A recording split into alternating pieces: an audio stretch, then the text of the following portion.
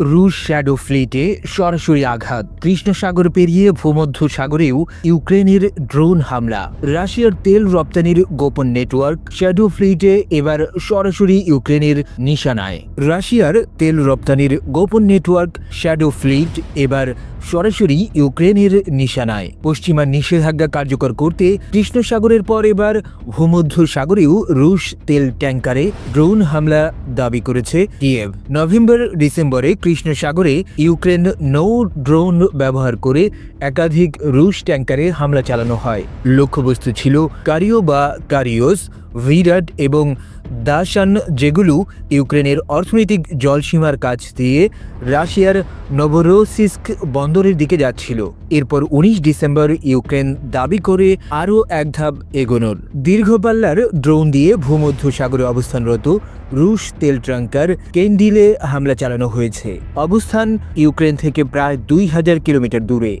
এই দাবি সত্য হলে কৃষ্ণ সাগরের বাইরে রুশ তেল ট্যাঙ্কারে ইউক্রেনের এটিই হবে প্রথম সরাসরি হামলা, যা যুদ্ধের পরিধি ও কৌশলে নতুন মাত্রা যোগ করছে।